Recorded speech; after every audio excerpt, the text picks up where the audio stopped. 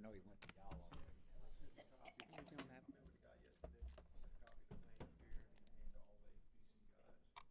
Yeah, What well, he's wanting to do, our guideline, but yeah, I didn't hear a definite yay, nay, it's just something that was brought up a while back that he looking at it. good, we don't mind.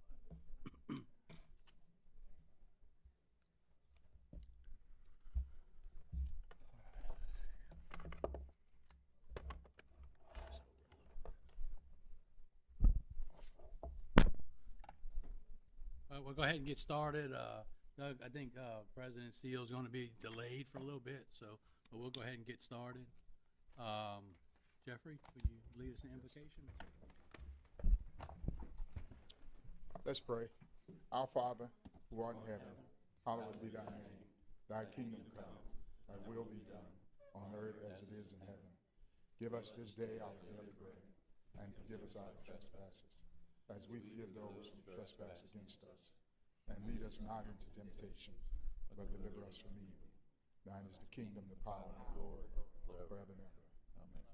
Now, Father, tonight as we stand, we thank you for your watchful eye and your great hand that has been upon our city and our citizenry. We ask that you would continue and that you would just crown this council and this administration with the wisdom to lead our city, Father, into the direction and the area that you would have it to go. We ask these and other blessings in the name of your Son, Jesus. Amen. Amen.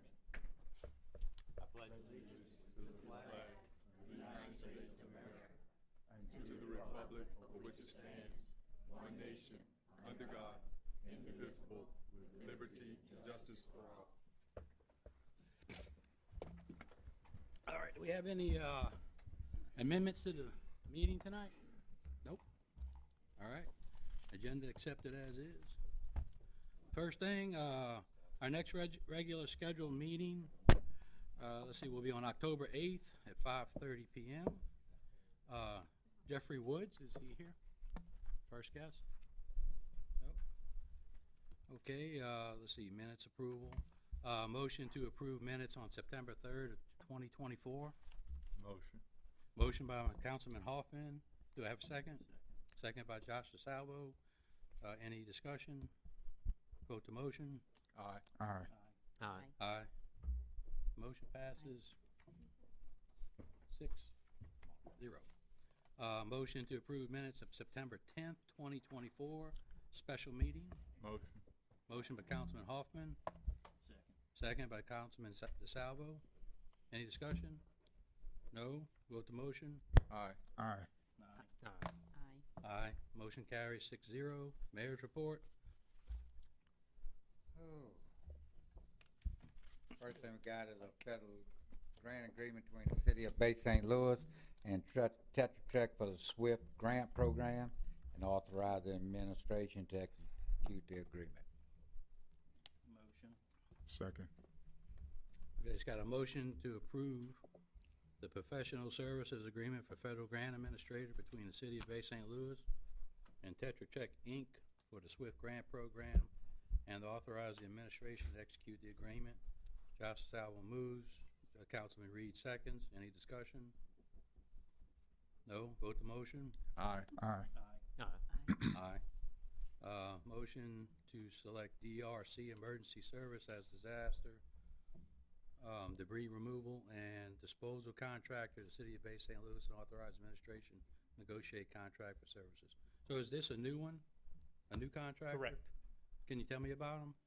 They're extremely large, when it comes to their capital. I mean, talking about billions of dollars, owning their own assets, owning their own trucks, function across the United States, probably one of the larger for also having subs access to them.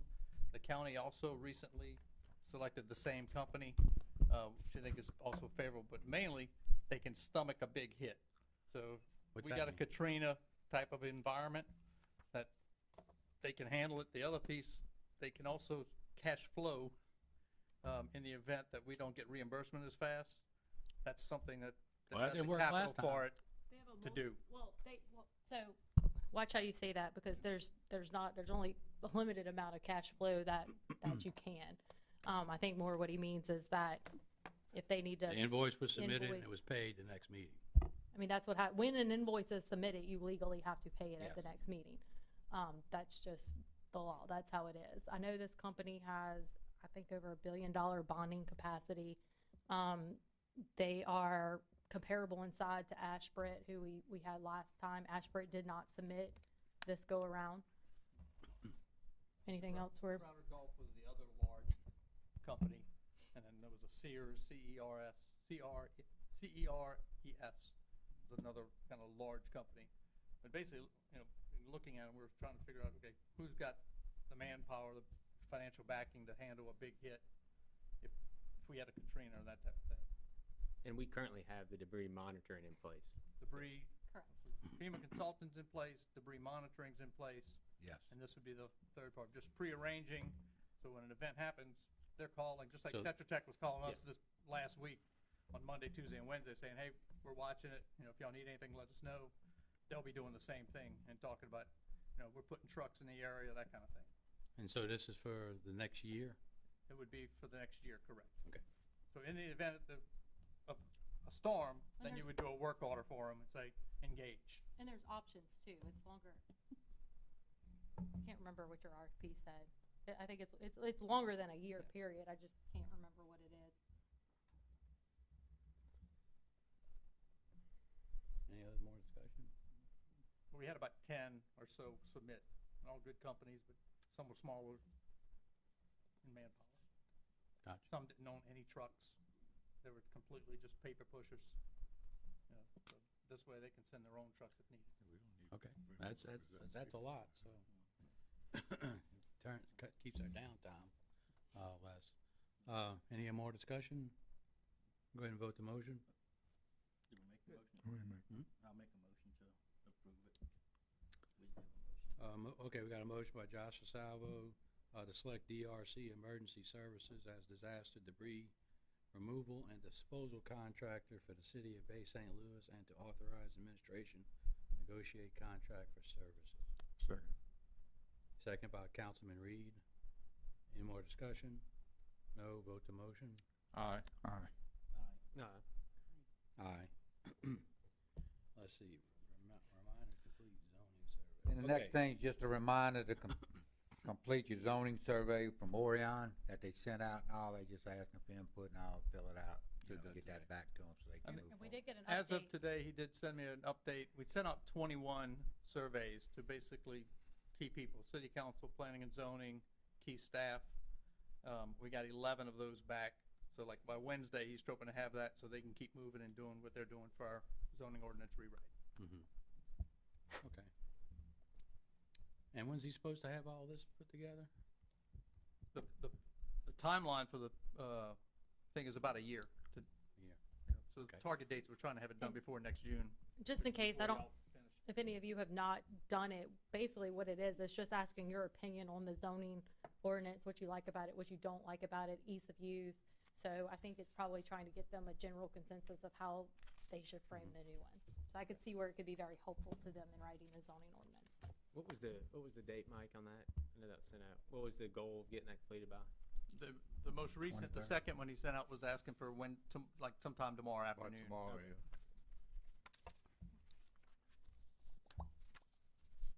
Okay, moving along, council business, revisit request from Boo Parade to waive rental fee for depot grounds. Josh, you put that on? Yes, sir. Yeah, I brought up at the, special meeting we had the other day. Myself and Doug discussed it some. I just thought it was a good event. I think it's a good community event. They give back to the police department. I would like to see us waive the fees for them. With like $400, I believe, is the fees for the grounds. And the business come up out, we're a business, need to operate like it. But also, I think we're supposed to offer services and provide stuff for the residents in the community. And I think this is something that a lot of the kids go to it. You always hear there's nothing for kids to do in the area. So I would actually like to make a motion that we waive the fees. I'll open it.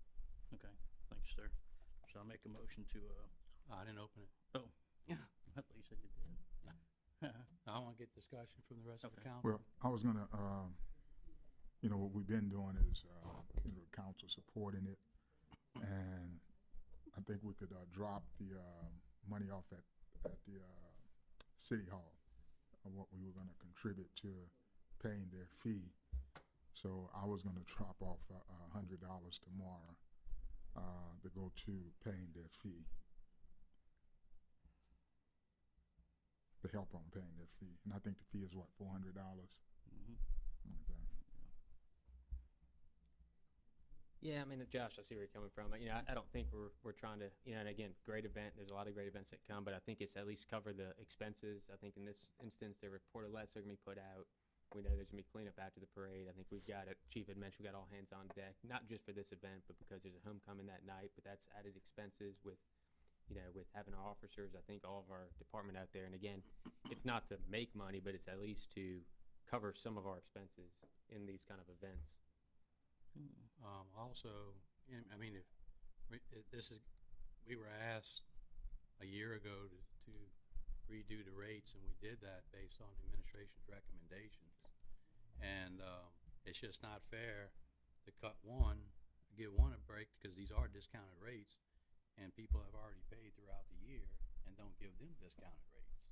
And so I think it puts us in a position, once again, like we talked Well, I about. think the reason they come forward also was because we've given discounts and Yes. cut rates over there the last few times We did something for the old community precinct. center and the depot grounds. Yeah, did something for the So- arts or something a while back. Yeah. Did half price for something else and was a I sponsor. think for Art's that. got half price over there or something, or I mean, a reduction in theirs. I know CASA received a half price on the hall, so. Yeah, but they no longer. I think they chose another location. Yeah, so Yeah. that's just, Yeah. I mean,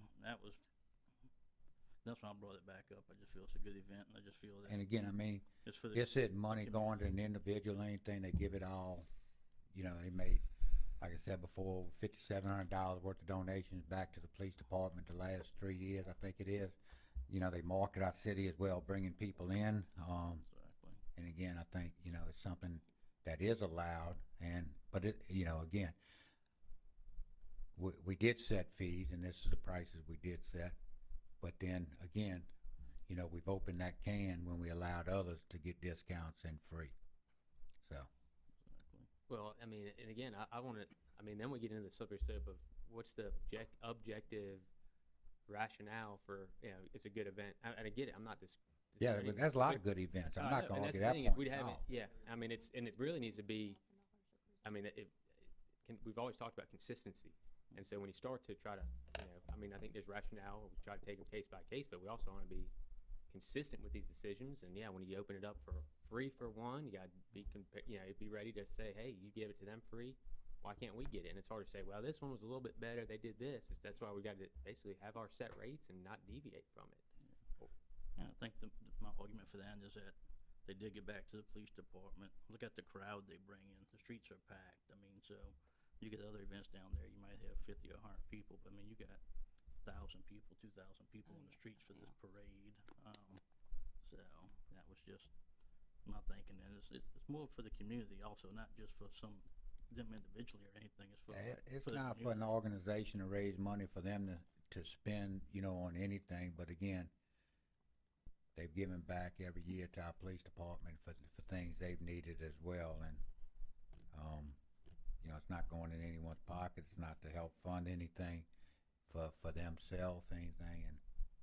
But again, that's up to the council. Well, is it fair for the taxpayers to foot the bills for the cleanup of this and the expenses of it? I mean, again, I think it's, you know, we always have to take that in consideration. I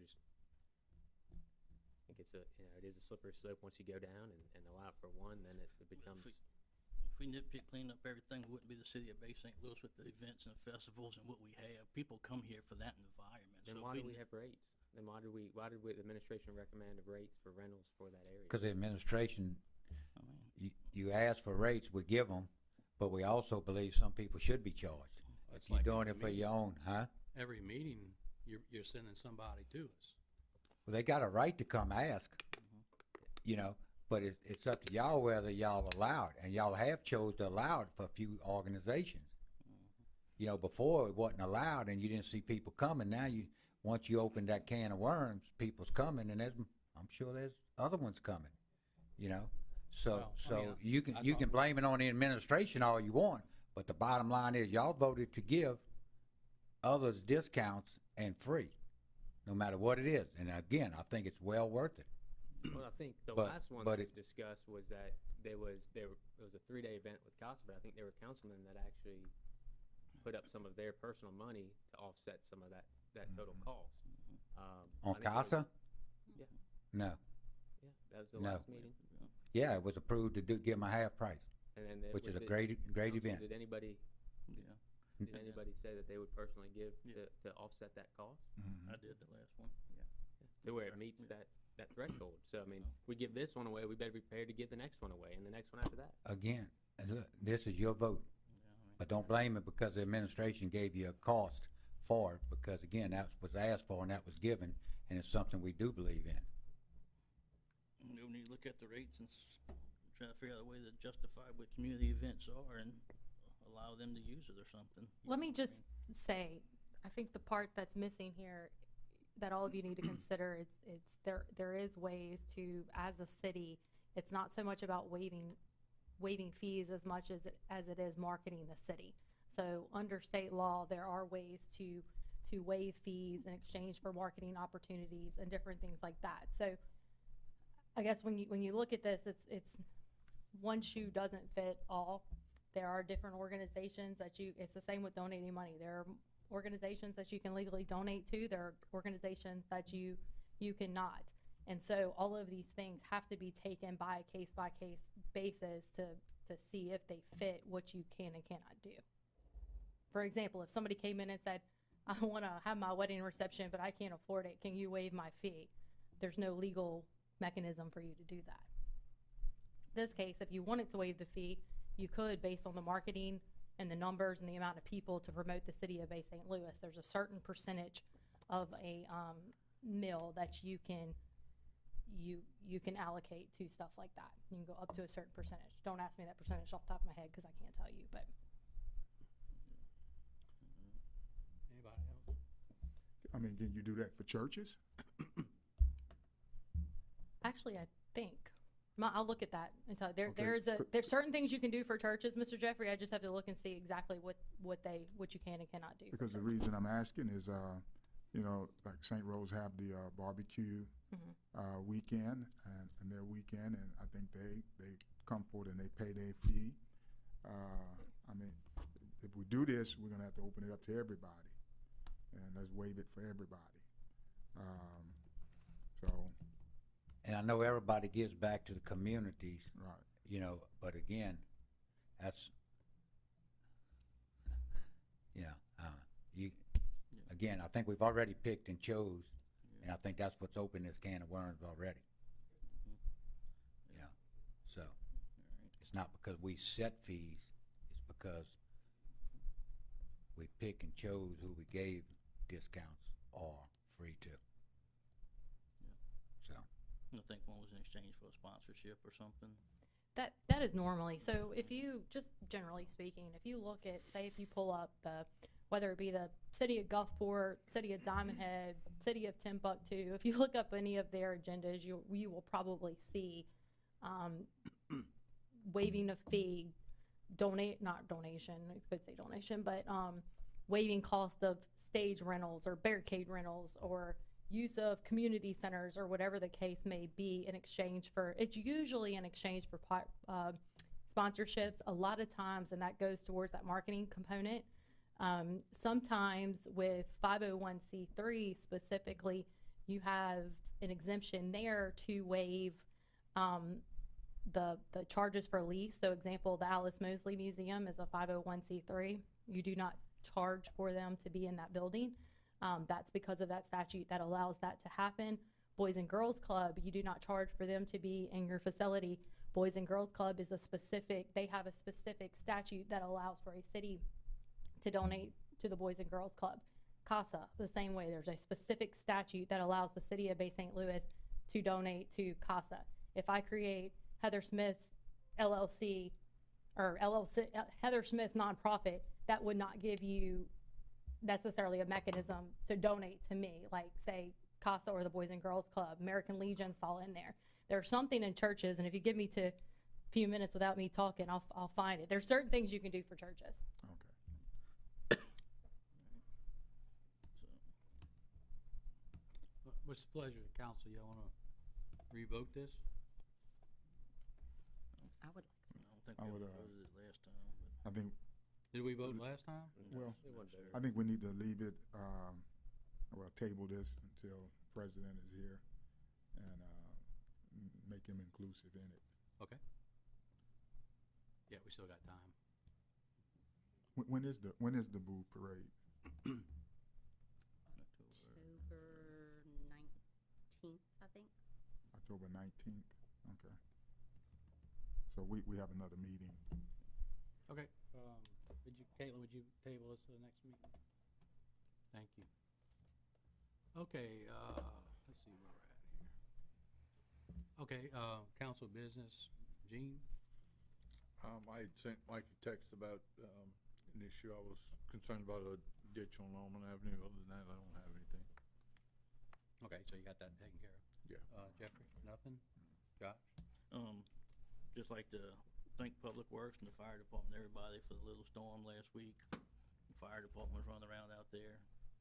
A lot of high water vehicle was out there a lot, so, just thank police, fire, Public Works, everybody did a good job, so, thank y'all. Glad we dodged it Oh, me for the too. most part. Absolutely. Yes. Some wasn't as lucky, but. Mr. Lewis? Oh, yeah, just a couple items. I know, I don't see Jason out there, but if we can relay this, it's not the first time I've been brought it up, but on Third Street, right behind Christ Episcopal, there's accumulation, anytime there's a big storm, rain, there's accumulation of water on the road, and I think part of the issue is on Cary, there's a drain, but it's on the side where it's higher ground, so none of the water is diverted to that drain, so it just flows over onto Third Street and sits there in puddles. So we can look at how we can maybe relocate a drain where it will, I think that will greatly offset and mitigate some of that pooling of the water on the street there. And then just secondly, I just wanted to kind of just discuss with the council administration, kind of, you know, I'm thankful as Councilman DeSalvo had mentioned, thank you for the Public Works and all of our fire and police and safety for the exercise we had last week. Thank goodness it didn't hit, but was there anything taken from that we can utilize? You know, I noticed with the harbor, I mean, I know we had that mandatory evacuation, so kind of what's the takeaway from some of that, where the boats, was it a timing issue or? It is. You know, we come into work Monday morning, storm's supposed to hit West Louisiana over there. We was looking at, you know, maybe a 2-3 foot tidal surge and all. You know, we watched it all day, got up to 2-4, which we're still in good shape there. Then all of a sudden we come back in, I guess that'd be Tuesday morning. You know, we're looking at 3 to 5. And always remember, when we get the forecast, the way it's read now compared to what it was a few years ago, you add 2 feet on or whatever they tell us. You know, just because the way it's read at the yacht club. So when they call for 3 to 5, we're looking at 5 to 7. And so that's when, first thing that morning, about 9:30, we got together and all, sent an email out in mandatory evacuation. But again, they had about, Tuesday wasn't a bad day. A lot of them could have gotten out, but really in a 24-hour notice, it's hard to get them out. You know, we did get a good many of them out, nowhere near what, you know, like we would like to. We'd like to have an empty harbor. But, you know, again, thank goodness that wind turned around about 3:30 that morning and started blowing water out. We never really hit the high tide that we're supposed to have that morning. That probably saved us a couple feet of water, and no telling what, you know, damage we possibly could have had, not just there, but in other areas as well. But, you know, it's one of the things, you know, usually you got a lot of time to prepare for it, to watch it and everything. Came up quick. And this was just, In pursuant to the agreement, what is, once a mandatory evacuation is issued, is it a Well, they- 24-hour, 48-hour, what's the? to time? get out. Yeah. Well, we try to issue it 72 hours in advance. We didn't have 72 Right. hours this time. You know, we roughly, by the time we issued it and they got here, they had about 30 hours to do it. So when they got 72 hours, we try to get them out and everything ahead of time. That gives them ample time to get it out, you know, and get it to a safe place for them as well. And You know, but, we you can know, look at other options too for the harbor to send notifications. Sorry to interrupt, Kyle. I was busy for the storm. I didn't check my emails. I missed one of the calls we had that day because I didn't check my emails for a couple hours. I was busy doing other Yeah. stuff, preparing. You know. well, they're trying to get the robocall, everything where they can touch, Yeah. you know, with them on the phone as well as the emails, text messages, and that type of thing as well. Something So that's one thing they're trying to put in place, you know, now also. So, That's it? Ms. Davis? I'm not sure who all was involved, but we had a RV decided to just, a couple of people decided to cut some trees down on some property that wasn't theirs. Moved an RV in Thursday evening or Friday morning. And the RV did not belong to them, the property did not belong to them, but over the weekend, I'm guessing building and zoning, and I'm not sure who all was involved, but they're gone after numerous reports and phone calls. So everything's taken care of. So whoever did that, we appreciate it in that area. All right, pass it Where on. was that? It's right in the area where Paradise turns into Stewart, right past Two, Kane. two lights before you get to Stewart back there in the woods. Why were they just cutting the tree down? So They they homestead. put the RV in there. Oh, I got you, I'm They sorry. went in there to homestead trying to hide out in there. They didn't hide very well, 'cause I passed Friday and called Ricky about 4 o'clock. I said, Ricky, you might wanna ride over here and look. Yeah. On the same note, Vince did get rid of one on, Bayou View, maybe, West Bayou View, East, Florida, Florida, was that it? went to court Friday. Yeah. He was moving around from place to place or something, and finally got him in court, had him removed as well, Good. so. That's it, Ms. Davis? That's it. You good? Okay. Let's see, do we have any debris removal that needs to be done? No, but, I'm getting some complaints out of, like on the lane, and what's that street that goes into it? Jordan River Drive and all, Yeah, they got a lot of debris that tidal surge came in and just kinda probably left it came out blocking from the the bottom of ditches. the houses, but yeah, they, No, I'm saying covering the ditches, Oh. and they see if they can get the grapple truck out there and maybe dig some of that, or just Yeah. get some of that vegetation out. Seagrass. I'll check it, I've been out there a few times, hadn't really noticed it. They might have picked it up. But I don't they, know. debris trucks all going around, they in Bay St. Louis this week for a week. We sent out a memo to have it out by Monday morning, that should guarantee it's picked up this week, Yeah, I got my little small pile of it. garbage can. That's what I usually do. Yeah. So. Let's see. Other than that, I'm good. Let's see, public forum. First on there, Clementine Williams.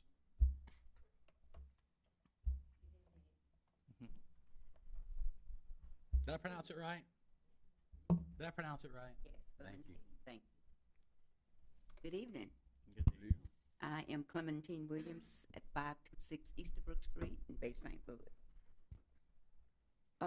I'm here to talk about the political signs, and I want you to give me a few minutes to say all I have to say, because it's in 3 parts and it's not long, but then you can give me your input, please. On Friday, September the 6th, and I did talk to the mayor, by the way. On Friday, September the 6th, a gentleman from the city came to my house, and he presented me. I was sitting on the porch, by the way, and he stopped by the mailbox, and he walked up, and he said, "May I come on the porch?" I said, "Yes." And he said, "I have this for you." And I asked him, what was it? And he said it was an ordinance. And he handed it to me, and I read a few lines of it. And I said, "Well, why didn't everybody get that? It just seemed like you're just bringing it to me," because he came up from Highway 90. And I could see he hadn't stopped anywhere else, at least in my vicinity. And he said, "Ma'am, I'm just a deliverer." I said, "Well, who you delivered from?" And he said, "Vince," I think he said Vince Owens, the code enforcer. I said, "Okay."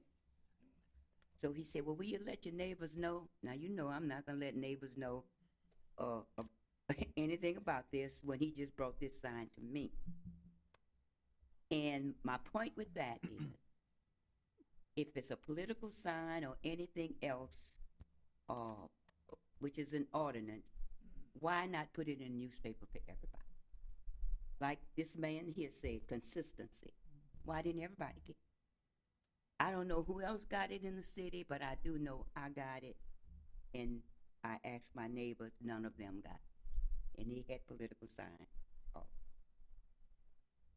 So I think it should have been in the paper. are mailed to every citizen in the city. And that should have been 6 to 8 months ago. Why wait till 2 months before the election to come and bring me this ordinance?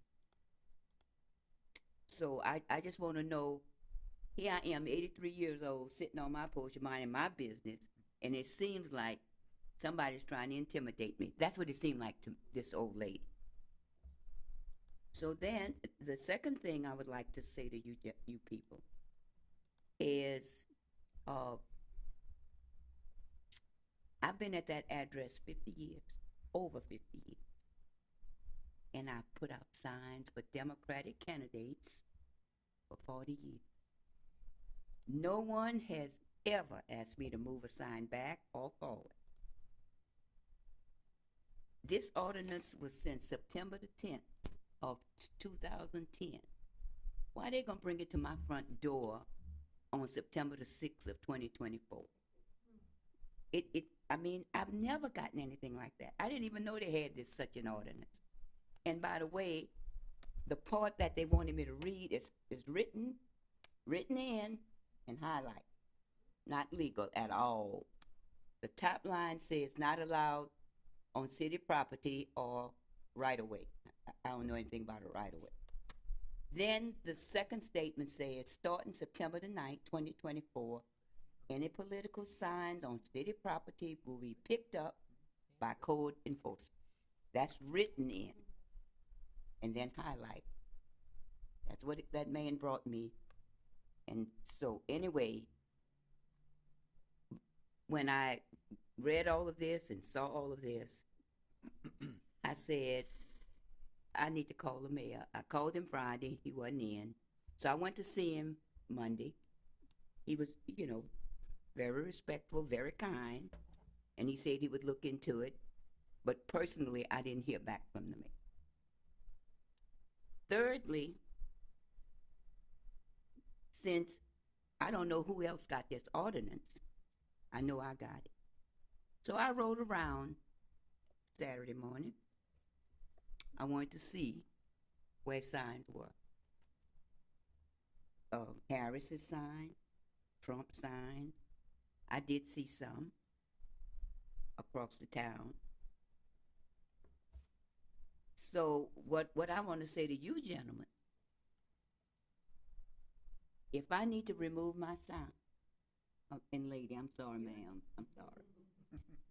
If I need to remove my sign or if I need to move it back, I want you to please make sure all the signs across the city with not just Harris and Walls, but the opposite candidates, signs be removed also. Especially they have some on Old Spanish Trail no block, in Washington Street. They were closer at the time Friday, they were closer to the street than mine. So what's good for the goose is good for the gander. And I don't know who else got that, but I did not appreciate it because it certainly felt like intimidation to me, and I was very concerned about it. I have always been a halfway decent citizen. I, of course, in the 60s and 70s, I was up and down the street passing out this and that, going into Frost Trap, seeing if I could get my lunch. And they putting me out. But in my late days, in my 80s, I've been a little, I've stepped back, let these younger folks take over. But I didn't think I would get anything like that. So, like this brought just to me. So I just want to know. And by the way, Saturday morning, some signs were removed. Now, they did have city workers working. I don't know what they were doing, but they were working because I saw city truck. I saw one of the small trucks. And I know 2 of my neighbors had their signs removed, but they were on opposite side of the street from mine. One of those people, here she may speak.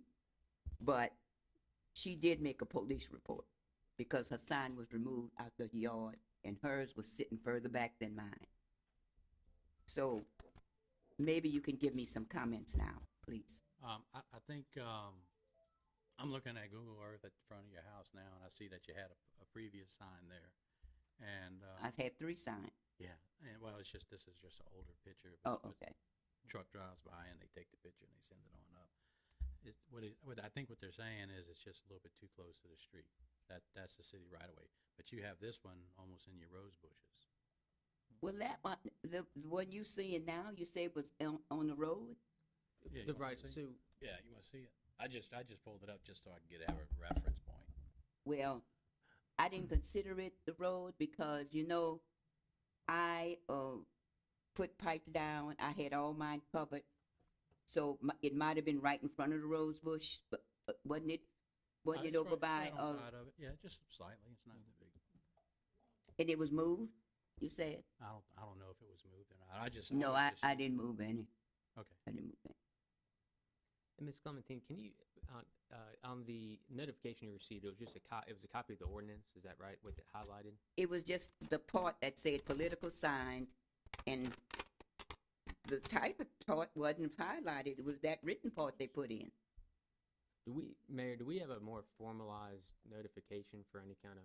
This is not formal at all. But that's what I'm thinking. Do we not have a more formalized or standardized form if there is a violation in the ordinance than just dropping off a? Well, they usually just put a citation on it and quote the ordinance to them, give them a copy of it. And all. I don't think any citation was given. No, This no, was I it. This was issued.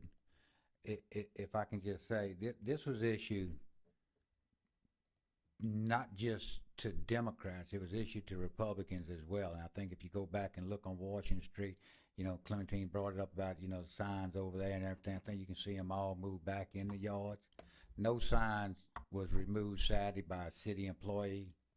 There was people working, you know, cleaning up, getting ready for cruising and all, but nobody removed any sign. I talked to the 2 homeowners across the street there, and sure then, you know, nothing was done. But in the meantime, this is an ordinance that Vince, you know, we got new code enforcement, you know, and he's doing a great job, I think. He's probably removed 1,000 signs from right-of-ways, whether it's roofing signs, whether it's real estate signs. You can go in our yard and find them, but you won't find one of these signs there or anywhere else, you know, and they didn't remove any of these signs, you know, and they did, you know, talk to both parties. They brought it, I think, to both headquarters and gave it just to let people know when you get your sign, just keep it off the right-of-way. Don't put it, you know, on corners just to put out, you know, and again, is he too gung-ho for the job? I don't know. I think he's doing a great job myself. You know, he's trying to clean up the city, trying to stop things and all, and, you know, and he's enforcing an ordinance. You know, y'all can change the ordinance if we think we need to change the ordinance on this. You know, you have every opportunity to change that. But again, you know, I don't think anything was targeted by no means at all. I think the guy, you know, he's pretty laid back to, you know, anybody that knows him, you know, and he's just. I felt targeted because it was dropped off at my house when it didn't go to Henry's house. It didn't go to this house. It didn't go to that house. It didn't go to Ann's house. It didn't go to any other house in my area but me. Well, and I think the request, Ms. Clementine, mentioned that he had mentioned talking with the neighbors. I think going forward, if there's one, having that individually. If there's one violation, then talking to the subsequent neighbors too. You know. Yeah, and I don't know if it's because, you know, you was out on the porch or whatever and all, and he seen you out there, stop, talk to you. I can't answer that question. I can ask that tomorrow, you know. Please check on that, please, you know, because but- it felt Yeah. it felt it like an intimidation to me, because he sat there for a long time in that truck, and then when he finally got out, he walked up on my front walkway. He did ask me if he could come in. He was very polite gentleman, and I told him yes, and he handed it to me. And if I recollect on not just the national election, but from a local standpoint, I remember getting the calls that I had signs in the right of way. I think, and Yeah. there is a concern in terms of being on the right of way if it's a larger sign as well, because it can inhibit view. I know you're talking about a smaller yard sign, but I remember getting We calls that put, basically you know, gave last me an option election to for move them the- or they'll be removed. Yeah, for the county election we just had and all, we had a lot of phone calls, put a lot of signs up and all, you know, for the same reason, you know. So again, I think it's just I think, Ms. Clementine, your point that misunderstanding, a you know, consistency and regardless of any party affiliation, I'm what race not- it is, that it's. Okay, that it's- I may be missing the point, but that's how I felt. Mhm. I just want you to know that. I'll find out I don't on think that. he was targeting you, and if he did, I mean, Cause if he's picking them up all over the city, then Well, this was Friday, and he wasn't picking up anything. He was just bringing it to my house. And I did not feel comfortable. No, sir. I apologize for that. Yeah, I apologize for that, and I can ensure you that, you know, there was nothing to targeting or anything like that. You know, again, I think it's just seeing you out on your porch and everything out there, and took the opportunity to talk to you and, you know, pass the word on, let people know. Thank And I will say, that could overall be my fault, because when Vince came here and he sat down and he asked, hey, how do I do code enforcement? I told him this is code enforcement in general, nothing to do with signs. I said, Vince, we live in a small town, and your best thing is to always try to talk to the person. So But Vince didn't talk to me. well, I'm not sure who, but anybody in that department, I always recommend to them when they say, what do we do for somebody? I always say, I do not think it's beneficial to send somebody a citation and haul them into court if you can stop by, knock on the door, see somebody in their yard. Most of the time it's cleaning up property, sometimes it's signs. My recommendation to them as a city attorney, if we can sit there and talk to our citizens, talk to our neighbors and say, hey, here's the ordinance. And I've told them before, bring ordinances with you, show them, because a lot of times, as you said yourself, you didn't even know this ordinance is out there. So, you know, it's educating the public, educating people, saying, hey, here's So what our that's why signs. I'm saying it should have been mailed out to everybody, Heather. Yeah, and I don't, you know, I don't, just- I'm just speaking when you said him stopping, I'm thinking to myself, maybe that's my fault, because I've told him, if you see a problem and you see somebody, please stop and talk, because just to be frank with you, we've had code enforcement officers in the past that didn't want to do that. They thought that everybody needed a citation, so then they hauled citizens to the court. They tried to pursue them with court fines, with harassing letters, that to me could have been dealt with a simple phone call or a stop, knock on the door and said, hey, can you mow your grass? Can you move your sign? Can you fix your siding? Whatever the case may be. Well, 2 months before election, it just looked bad to me. I understand. Ms. Paula, please, you can come up. It's fine.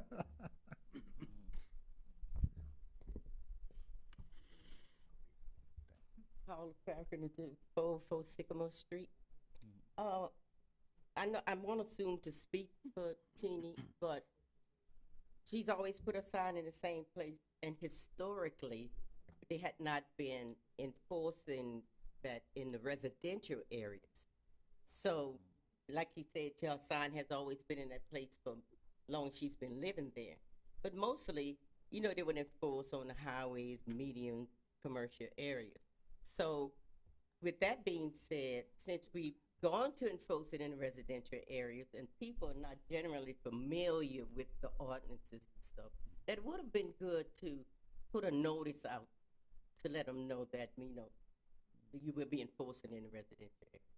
And I think that's why she's upset about it, because she's always had that sign in that spot and was never told anything about it. That, you know, I think that would have settled everything. And again, you know, he's been there 3 or 4 months, whatever he's been in that position. So, again, you know, he's just trying to do his job, whether it was, you know, right? Yeah, I know, you know, and so. Ms. Williams, I too did not know there was a sign ordinance till I decided to run for this position, and I was told, make sure it's behind the ditch, behind the power poles, not directly in somebody's, you know, and then I was like, seriously? Because I see the signs all over too. So when I put mine up, I tried my hardest to make sure it was, even though it couldn't be seen, I didn't think at times, but I put it behind the ditch, behind the power poles. And literally the day after I was appointed, I started picking them up, and I actually got asked by a city employee if I had all my signs up to make sure they were up in a certain time frame. Yes, so I am there with you as far as not knowing, but now I know. What the time frame is for So putting it up. maybe to Ms. Paula's point too, having before any election, whether that's a local election or. Yeah, we can send it out with the just electric, with the, yeah. utility bill or something, put it on there and everything, And Yeah. just a reminder, maybe in like the Echo or something, just remember, you know, it's political sign season, remember to. yeah, post. and that's one of the reasons, you know, we tried to get to the headquarters for both places, you know, because I guess that's where all the signs are coming from, but to make sure they know when people pick them up, let them know to, you know, put it back off the right of way and everything. The gentleman did say that, to be Friday, that they haven't had a chance, they didn't have a chance before the offices were closed. I know the Democratic office, he said was closed. I don't know about the other office, but he said they were closed before they could get out information to them. Thank you. Brent Carver?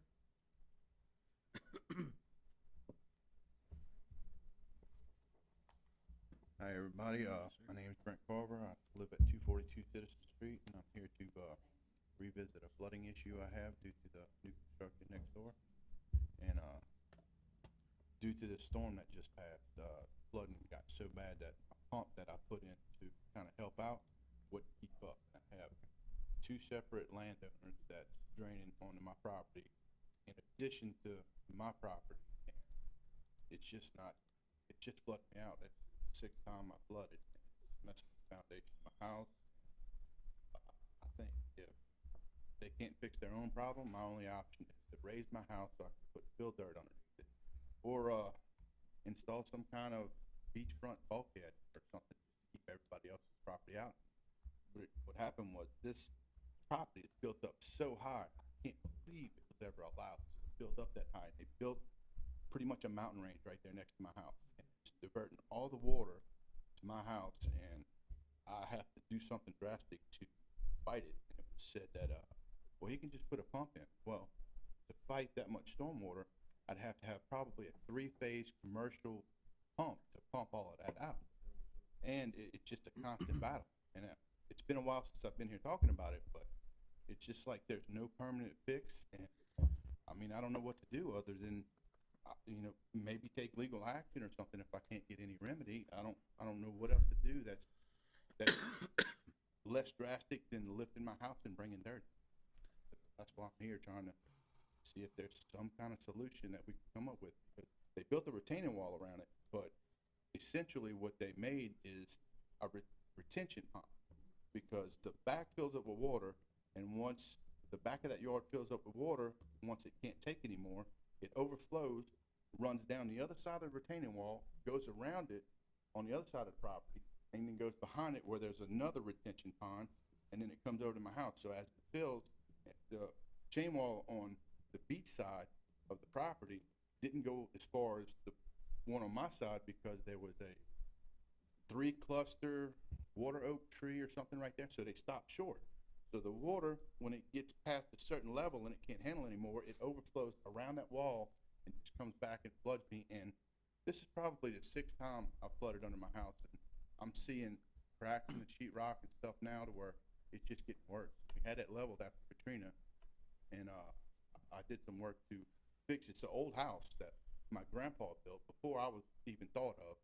And the only thing I know to do is lift the house and spend a lot of money lifting an old house and bringing in fill and blocking it up higher, or like I say, just build some kind of bulkhead around it, like you would on your beachfront. That's what I'm here to try to figure out. So did they fill in something illegally? No. So they built the house. The initial plans was to put a 2-foot swale all the way around the property, front to back. So in the meantime, I think Brent got some water on his house, this and that. He came to a meeting all wanting to do something all. So they went and got an engineer to put a chain wall up and everything around the property, make sure water does not leave his property. He spent over $15,000 on this, where a swale would have done the same thing if time would have been given for them to put the swale in. Brent's property in that back corner is also a problem with the neighbor on the other side of him that owns an L-shaped piece of property that comes in behind this homeowner's property. And what it was, before this guy built his house, everybody dumped on his property. So when he comes in and builds his house up, again, the intention was to leave a swale to get water from out of, everybody's yard. But again, when the complaints came and everything, he tried to do what's best to make sure water didn't go on his property. So he created this chain wall up. When he gets through grading and all, he'll probably leave 6-8 inches on his chain wall above the ground, everything sloping to the front and everything. But one of the problems Brent's got, I think it's the old shed or the whole house on the front, the store or whatever, is higher. The front yard is higher than the backyard, not allowing water to come out. So I know he's got plumbing along the property line that's real shallow and cannot dig a swale on his property line to get water from the back to front. He's got a sump pump in, and I think he even did it for the neighbor on the other side of it, put one in over there. You know, so that the thing that, you know, should be done is somehow try to create where water can go from the back to the front of the yard. And right now with the old slab up there, it's stopping water from coming forward and everything. You know, can you put a French drain in or something, you know, a pipe underneath the slab, dig a little trench in the slab? I don't know. You know, I mean, I know you can and all, but I don't know if that's the whole answer or not. But again, you know, what he did was it engineered and everything, you know, showing all the water and everything, the flow going to the street off of his property and all. I rode by the other night during a storm a few times, couldn't see a whole lot when we was out riding and all to see how it was. You know, I wanted to see, you know, how bad it was. Yeah. Well, you know, and Mayor, but- I know you mentioned there's the engineer. They were in the process of doing a 2-foot swell all the way around, and then Yeah. their plans changed, and there's engineer addition. So I'm sure we have a drainage plan review on that. But why would he recommend? And I'm just asking, like, if that would have been the best fix, why would the recommendation have been to do a retaining wall, which it is. I mean, it's retaining, but then it's flowing back behind him, and I think Brent, you put in 2 pumps thus far. No, I put in a pump from my neighbor, and it's a Zoller pump, which is a really good pump. And it But you pumps have the pretty one good. pump on your side. One on each side. Yeah. So I got it pumping out, but it wouldn't keep up. And it's overwhelming because once you get a certain amount of water, which the ground will hold a certain amount of water, but once you get up to a certain point, and that retaining wall, they went so far, and it was inconvenient to go further because they had a tree right there, so they just stopped. And the water runs around that wall. I started to take food coloring and put right there Put at some that dye corner in it? and run over, but it's obvious what's happening. And then right behind that, I mean, it's going to be mosquitoes living right there. I mean, And I don't know again- if they don't do anything about it. Do I pour poison in that to kill the mosquitoes, or Yeah. you know, what do I do? Then you got run off in the ditches with poison, killing animals. Is there, Mr. Brent, is there room, so I know going back to the swale, or then as the mayor mentioned about doing a French drain, because it is, I know the grade, it is a slight slope to the street, so it's not draining. But when you mentioned there was a swale there, it was flowing. You just have to. Well, if it was my property, what I would do is I'd take that cluster of trees out, which they probably didn't want them anyway. But if they took that cluster of trees out, and on the other neighbor's side where they don't have a sewer line running straight down the property line, if they took that tree out and then dug a ditch, because it floods right there, but once that fills up, it crests over to my property.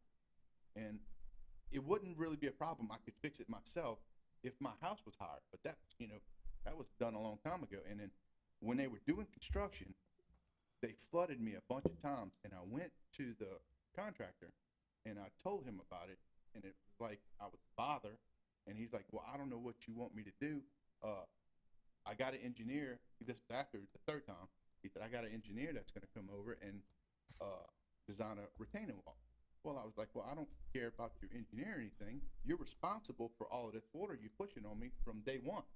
And he's flooded me so many times, and I know I've accrued damages, but I just don't want to go through the hassle of going anything legally. I feel like I can do a lot myself, but there's certain things I can't do. I was going to attempt maybe to raise this house a little bit and try to, I don't know what else to do. I'm just pretty aggravated with it, and I kept waiting because I was like, well, maybe something will happen to where I don't have to go through all of this.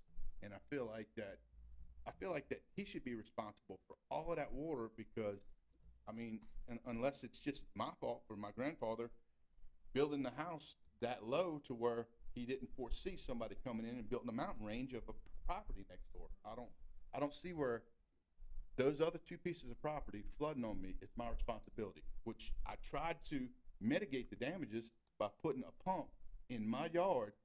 And when I seen it's pumping my property, the next door neighbor's property, and the neighbor that has next door to the back property. So I'm pumping all three people's properties off of my property, and I don't see how that should be my responsibility. It shouldn't. They should be responsible for their own. But I still think, I don't think your problem's your neighbor. I think it's the one on the other side of him that's got the L-shaped property, because on the back side of his wall, there's a chain link fence, what is that, 20 feet back there? City has a right of way back there as well, I think, that goes through there, No, Or used to at right one away time? is way in the back, further back. further in the back, and there's You know, no, but his, I don't know where his property is draining. We hadn't really, I have not looked well, at his it. property, But the one with the L-shaped property yes, sir. is the property that's behind this house that's coming into your yard. Well, it's contributing. It's all Yeah. contributing, but on the other side, it seems like it might be lower on his property side than mine, but it's filling it up, and what it's doing is backing up down that whole side. Then it's backing up to my house, and the overflow once it gets saturated to a certain point, anything additional goes to my house, and plus nothing's really going to the ditch. They got it to where it holds water in the back. They might have a little bit on the front of the house going to the ditch, but during the storm, it's all that water built up, and the ditches aren't full.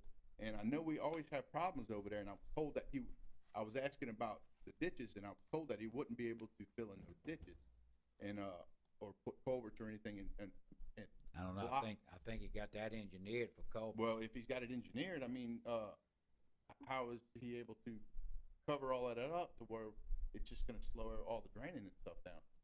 I mean, he's gonna just cover up Our all the ordinance culverts? allows with engineering, design and everything that they can put culverts in. I was told that, the city of Bay St. Louis didn't like people to, Oh, I don't, cover up ditches and I put don't. culverts on, but I mean, I guess but it's it's who you, I mean, it's this guy- allowed. I mean, I guess this guy, he's got the stroke to where he can do it, cause he's gonna cover his whole front of his property in culvert. And, you know, other people, you don't see doing that, and on my whole street, there's one property that's built up high like that. And that's that one piece of property, and I don't see how nobody didn't see this coming whenever you build that piece of property up that high in the middle of, you know, an area that already had drain problems.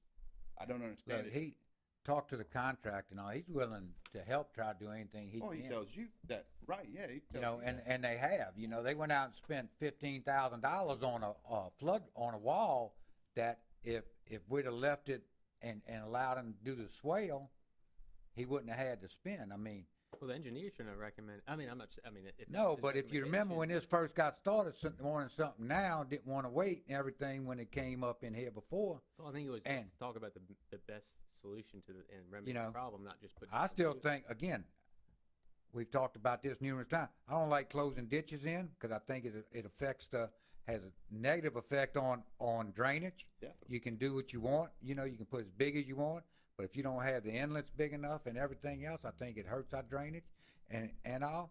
But again, you know, I think he will, you know, sit down and see if he's got to do, if he's got, I don't know what kind of Well, let trees me that add is, this. that cluster over there, you know, but I thought they went around that, I thought with a chain wall that came to the inside of the house and then came down. To the inside of the house. I thought they built around the chain wall around the trees and No. came down. No, it's Yeah. a three-sided chain wall. And then Yes. on the other end, it's shorter, which I think that neighbor's got the lower end. But if they had a ditch on that side, I mean, not even around the back, just straight, in my opinion, it would drain everything from my side that way.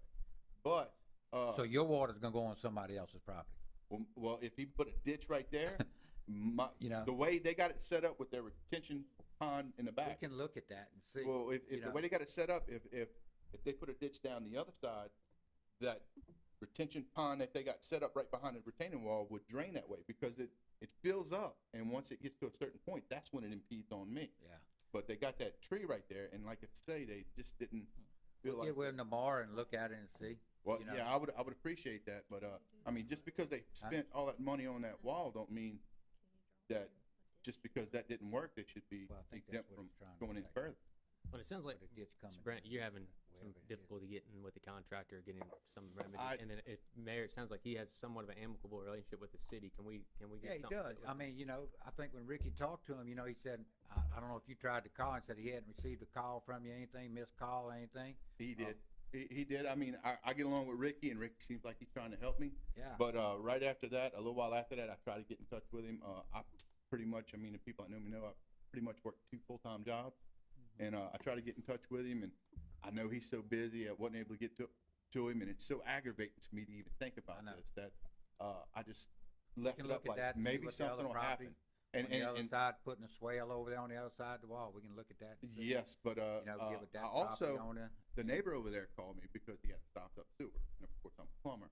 I went over there to unstop his sewer, and after I couldn't get it unclogged, I dug it up to see what the problem was, and that sewer runs underneath that retaining wall, and about that much onto that new property, and makes the tie. And so, what happened was it's terracotta, and they took that machine and they dug down and they hit that sewer line. Of course, I called the city to make sure, you know, did they call 811? Nope, they called, locate, nothing. But he hit that line and I had to repair that line, so that's. Did he hit it? No, no. Oh. They hit it whenever, he had the crew doing the retaining wall. And of course, the neighbor didn't know it, and when he called me over there to unclog the sewer, I couldn't unclog it, couldn't figure out why. Dug it up, chased it down, and that was it. And, so the sewer line is just a little bit into his property. It turns right in the inside of that property, and it makes a tie. And of course, we found the city clean out after we seen where it runs to the street. But, I mean, just a little bit of the front yard is draining to the front. The whole backyard is holding. It's like a pool without a bottom. So of course, that water's gonna saturate into the ground and then, you know, come up in the low spots behind it. I don't see where, and another thing too is when they was digging that out, Ricky was coming to me, I think you might have been there too, was asking me, do you think, a ditch right here would work? And we shot the elevation, and I'm thinking like plumber, you know, 1/8 of an inch fall per foot. Well, we don't have quite the fall we need to make it work from a plumber standpoint. But when they dug that retaining wall out, it rained before they could put it back in, and when it rained, everything drained out to the ditch, no problem. Which, I mean, I didn't know. I'm looking at it, you know, as a plumber running plumbing pipe, but everything drained to the ditch. So another thing I think would happen if they took it inside of their property and then dug and put a drainage pipe, you know, and to the back and just turn it up in the back, it should drain all of that to the street. Just judging by what I seen when they had the ditches open for the retaining wall. But I just feel like that if I was there, for one, the contractor, every time it rains, you figure, you know, he should go check on everybody and make sure, hey, you good? You know, I wanna be in good standings in the city. I wanna check with everybody. It's, hey, is everything good? What can I do for you? Because all my contractor buddies are like that. If, you know, you got a problem, hey, you got a problem, let me take care of it, let me help you. He didn't do that with me, and I tried to work with him. I even took my excavator over there trying to dig a ditch coming out on his property, trying to dig it to drain his property so it wouldn't back up mine. And then, you know, after it seemed like I was bothered to him, I don't care to deal with it. So that's kind of where I am on that, and I'm just gonna have to take, if they don't fix their own problem, I'm gonna have to take bigger measures to fix it myself by, like I say, raising my house or building a riverfront bulkhead. Well, and it sounds like Brent, I mean, you got the insight, the knowledge, not just of living there and seeing it flow, but as a certified plumber, Mayor, if we can get with this contractor and see what can be done, if he is willing to, you know, to fix it, then try to work on a solution. I mean, nobody wants to go into, I mean, it's costly to go into Well, what about, litigation, so, I mean, there's gotta be an amicable solution, and well, what about the, I mean, that's, a portion of it is from him because all of his water's going around the wall. But what about the other property? I mean, is it on me to go to him and saying, hey, you gotta fix your problem? Is that on me? The other side of them's got the L-shaped property? Yes. No. His No, that- property that- kinda slopes over there, which, you know, Yeah. it ran You know, through again. that new property, you know, which they Yeah. could have fixed it some kind of way, but now it's running to my property and His property was a dumping site for everybody in the neighborhood around him. possibly, but not my property, my And- property. And when he came in and built up to build his house, Mhm. you know, again, this isn't the only, this is happening in another area too. You know, when someone comes in and build a house, then, you know, everybody's water was dumping on theirs now, you know, it's backing up in that. You're responsible for your own water. Yeah, but he wasn't responsible when you're responsible for your own rainwater and runoff from day one. Well, he's flooded me out 6 times. Mr. Brandt, I'm probably have to cut this a little bit short, Yes, sir. you know, but, and I understand your thing, and hopefully maybe y'all can get together or something, make sure he's not violating any city ordinance by dumping water. You know, and maybe, you know, the other side over there on, where he's talking about on the, you know, east side of it there, then they can put a swale over there maybe if it'll work. Well, one more I thing don't know. I hadn't really noticed that side of the yard over there. One more thing I'd like to add is that, this is my feeling on it. I feel like, he is a Louisiana-based contractor, and I'm sure just about every other business venture he has is in Louisiana. So I feel like him coming out here and doing this, since he's got a vacation home here, him coming down there and doing this, it's just not a priority, and it's a nuisance to I pull it all. disagree, because he has answered every call that's been called to him. He has tried to come up with solutions, and again, he spent over $15,000 on that wall. I think that's pretty significant amount of money to spend on something to try to prevent water from going on your property. Not So I if it doesn't disagree work. with that, and we just need to figure out where the water's coming from and this and that, and whether we. Oh, can yeah, get I it mean, out I agree the with other that. Of course, I think that You know. 15 grand, the homeowner flipped that bill, and he probably made his bit off of it too. He's the side. contractor I don't now. know, that's a lot of concrete to go around there. I just felt like it could have been handled better, and people that know me know, I've been over backwards to help the spot. Yeah. I could have went over there, if we was in good standings and he was legitimately good with me, I'd have went over there and, you know, helped fix the problem myself at no charge. I do free work all the time, and people that know me know it. I got a big heart. I help as many people as I can. I do a lot of free work, and when people call me, I come and I help, and I do what I can. But, you know, the way he went about this, it's got me sore. And I don't agree with, he's doing everything that he can do. Otherwise, he'd be knocking on my door and, you know, pretty much, I'm sorry about flooding you out. What can I do to make this right, kind of thing? And all my buddies who are contractors, I know you know a lot of them, they aren't like that. They're bent over backwards. You can't make money on everything. So, you know, they want to stick out their wallet and say, let me make this right. I haven't heard anything. Thank you, Mr. That's Brent. the way I feel, and, thanks for listening to my rant. I'll give it to you tomorrow. Thank you, Brent. Thank you. Thank you. All right, I appreciate it. All right, sir. Cliff Rabelais?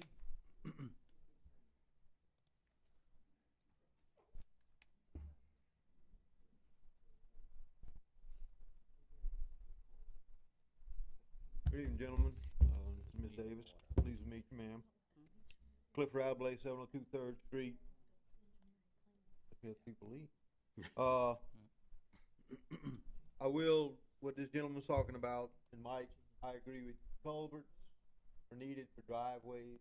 Rest of them need to be on, go by streets that have, people have extended their front yard into the city right away by covering up everything with a culvert, and the culvert's plugged, and all it is, they're extending their front yard by using city property.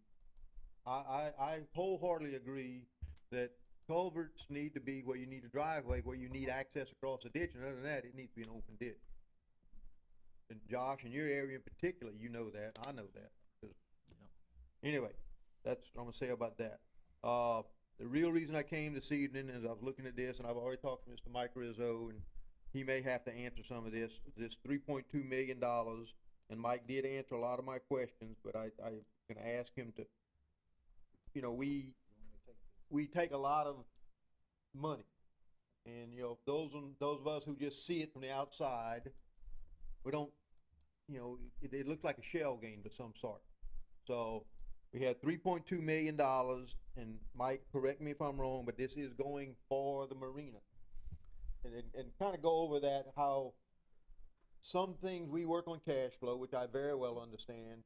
Some things we get reimbursed for quickly, some things, particularly with FEMA, we do not get reimbursed for quickly. But from the public standpoint, from those of us who actually kind of look at the numbers and the money, you know, we like to have a better feeling that where it's coming and going from, and what are we getting 3.2 million bond for? Right.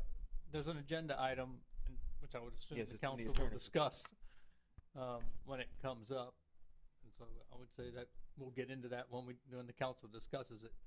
But, All right. I mean, it isn't meant to be basically short-term cash need to fund the FEMA project because you don't have the cash flow in hand to do that project plus the other FEMA project, which is about $7 million.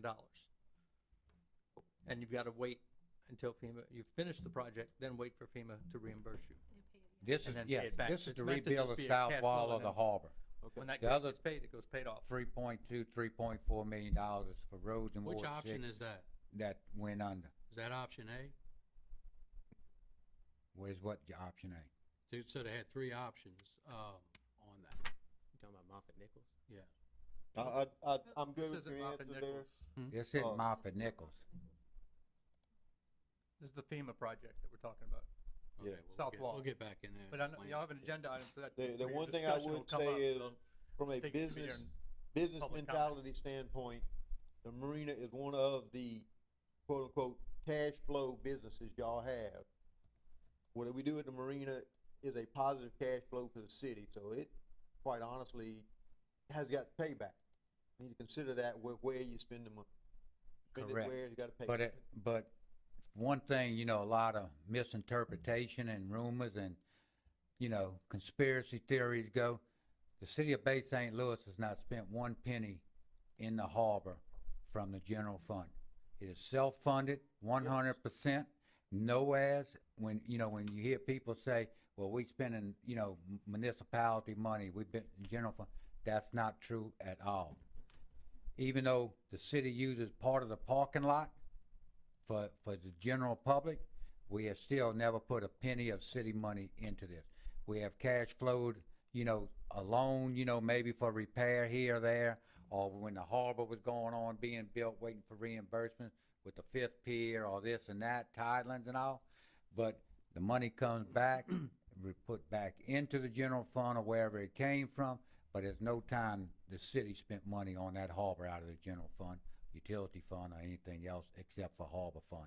Okay, well, I guess that's what I'm encouraging, if we are cash flowing, because the harbor is a positive cash flow event, Look, give it priority. Give yeah, it this, priority. we're looking at these two projects along with other projects we got. These two here is gonna push $7 million, these two projects, the road and the harbor.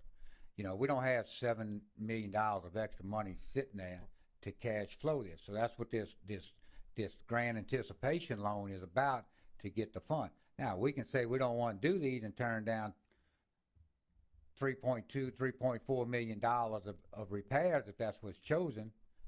Is that a good thing? I don't think it is, but, I don't vote on it. So I think, the perception is a lot of times that we use money, general fund money in the harbor. I just want to make sure everybody understands that's not true at all.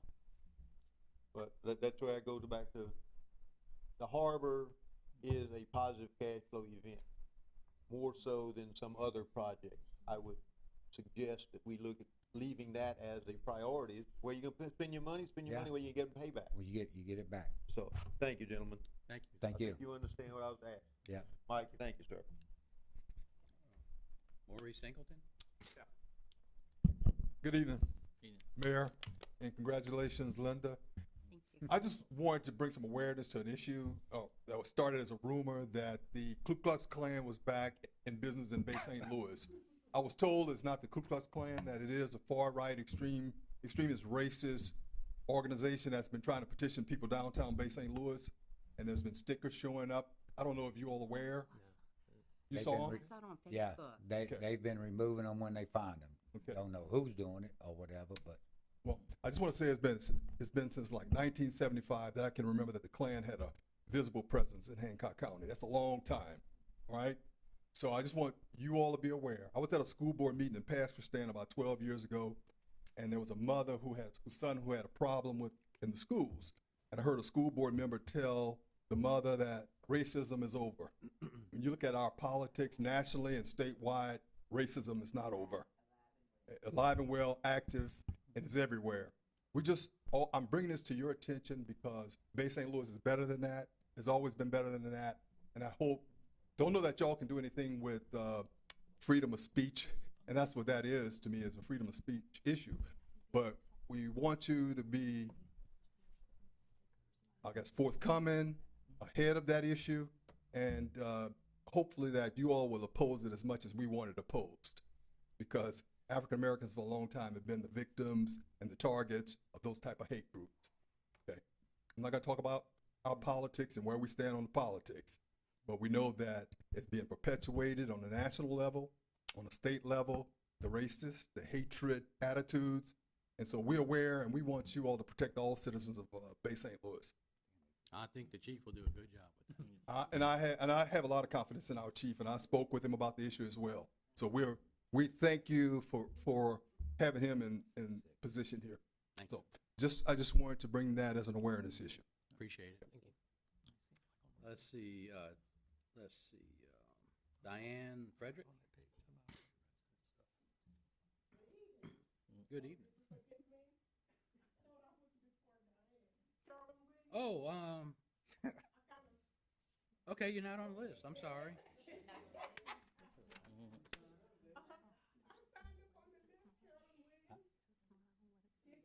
Oh, it was scratched out. Okay, I'm sorry.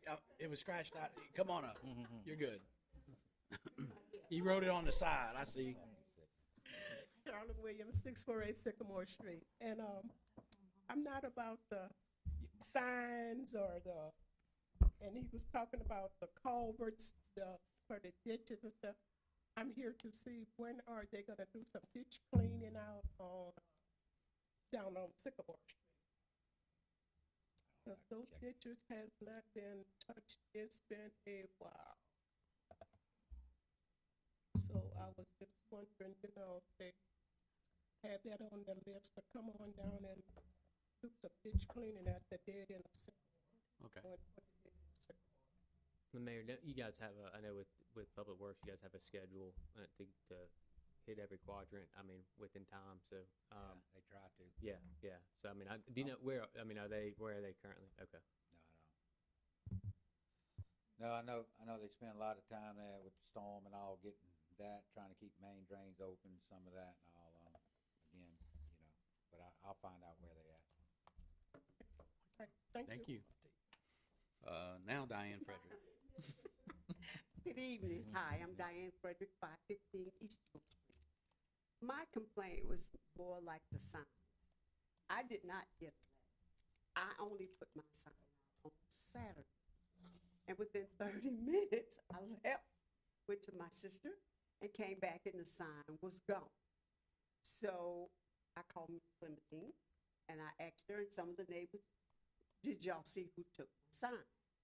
And different people said no, and then I heard people call me and say the city was out in a small vehicle. So fast forward, I called the police because I wanted to make a report, because I did not send or get the letter that she had gotten. She told me about it that same day. And I want to say, did right, he was very nice, polite, but I had a problem with him running me. What did I do? I know that that's just standard procedure that all police do, and it's not to be disrespectful to you. It's just we have a lot of new officers. They need to know, who we're dealing with. That's all. And that's not done to be disrespectful. He was very polite, but I asked him, I called them. So it really makes a person not want to call the police, because you got to be ran like you are a felon or you got a ticket or whatever. And I told him I don't have none. I got pulled over a few months back and they ran me. So no, I got to keep my clearance straight. So no, I'm good. Over the protocol. Chief, do you want to talk about the protocol? Come on up here, B. Just to stand. Come on up here, B. Come on up here. It's going to be standard procedure anytime we have a complaint, to have the complaint information logged in. That way, if we have continual complaints, we have that database, so it's everybody not being singled out. Everybody else being singled out. I'm glad, Sergeant. The female or the male? Sergeant. Yeah, which I came back, thank you, Jesus, I came back good. No warrants, huh? Will every time. You should've called me. We could've undone good, that good. I can back them up, back them up. They come to my office, come to my place and run me to ask me about something, some property I had out of the county. But because they came to my house, they run me, so it is standing for Wow. And then next I called, the mayor and talked with him, and then he didn't think any city worker had taken the sign. I don't know, because by the grace of God, my front camera wasn't working.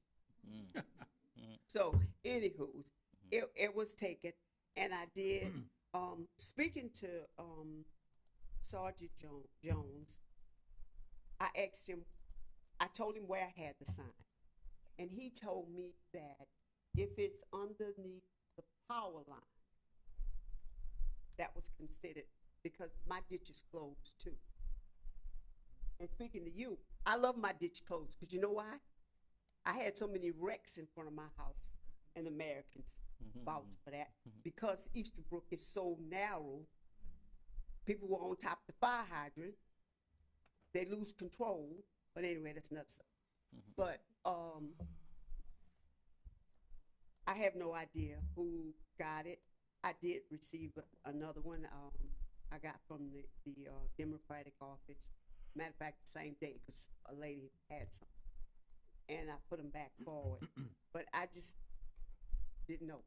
I wasn't sure until Ms. Clementine showed me her paper of the audience that was back in 2010. I was not aware. And I had told Officer Jones, or asked, is it just political sign? Or any sign?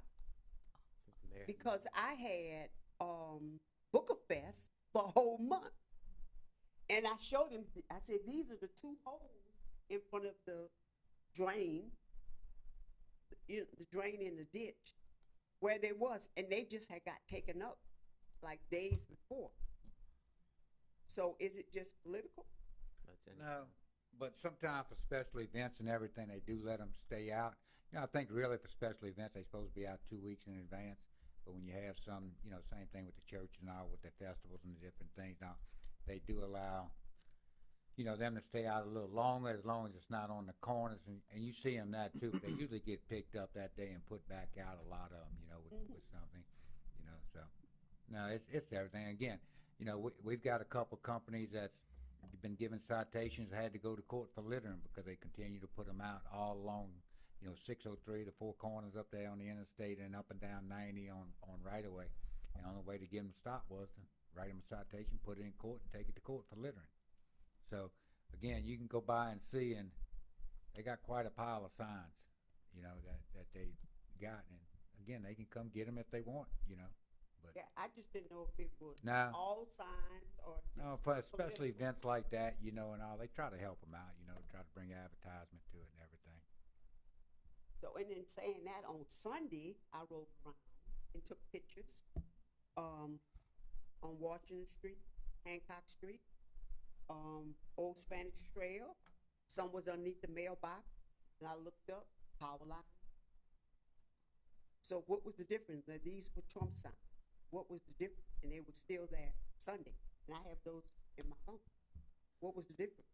They're moved back now. I don't know, you know, when they got their citations as well, you know, but they were moved back by Monday, I know. And I think if you ride by, you'll see them way up in the yards as well, like, you know. And again, they don't have to be way up in the middle of the yard, up against the house and everything, you know. Under the power lines, I don't know, that's probably, I don't know if that's right away or not, depends, I guess, you know. Half and half, that's what it is. I mean, what is the rule of thumb on the right of way? It's 4 to 5 feet from the street, right? I mean, what's For the most part, yeah. Well, I Yeah. tell them I have a drain from my house, a clean out drain, right underneath the tree. And I put it right there. He said, because of the power line, that's the city right. Most of the time, the power lines are put on the backside of a right of way. So that's just, in general speaking, that's a good reference point. And pretty much anywhere you go, and you'll start, if you notice it driving down 603 or some places on the interstate, if you usually look, power poles are set on at the very edge so that all the other utilities can go in front of them. So the officer is probably just Use it as a point of quoting what reference. he's, yeah. Thank you. Appreciate it. Thank you. Thank you. And Paula, you already spoken, so, wait, Paula, oh, she left. Okay, that's it. Thank you. Let's see where we're at here. Jason's not at project updates.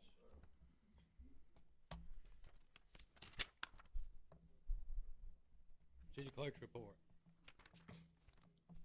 Yeah, just on the project update, that pickleball court, Summers Park, is coming along very nice. So hopefully that'll be available to residents soon. Motion to approve docket of claims 24-045 in the amount of $964,636.14 dated September 17, 2024. There's a couple of payments for projects in there. I think workers' comp is in there, so it's a little larger than That was big. some of the other ones.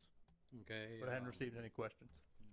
Have a motion to approve the docket of claims 20-045 in the amount of $964,636.14 dated September 17, 2024.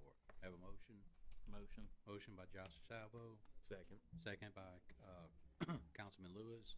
Any discussion? Vote the motion. Aye. Aye. Aye. Okay, motion passes 4-0.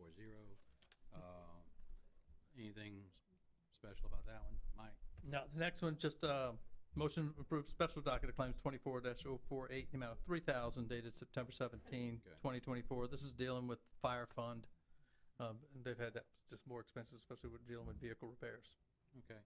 Motion to approve special docket of claims 20-048 in the amount of $3,000 dated September 17, 2024. Have a motion? Motion. Motion, Councilman DeSalvo. Second. Second, Councilman Lewis. Any discussion? Not, vote the motion. Aye. Aye. Aye. Motion passes 4-0. Motion to approve docket of claims 20-049 in the amount of $62,963.62 dated September 17, 2024. Motion. Motion, Councilman DeSalvo. Second. Second by Councilman Lewis. Any discussion? How much longer do they open them, you think? I know they're letting it cure and everything, huh? And then- Yeah, I think they were putting benches in. Yeah. It was getting close. All right, thank you. Is the coating on? I Didn't don't look think like that it is yet. I passed today. Oh, you fall on that thing, you can be coming up going with some strawberries, man. God, that's rough. I promise you, Mhm. that coating is gonna help though. Okay, no discussion? Vote the motion? Aye. Aye. Aye, motion carries 4-0. Let's see, consent agenda. Anybody got anything wanna pull out? There's a lot of stuff on it.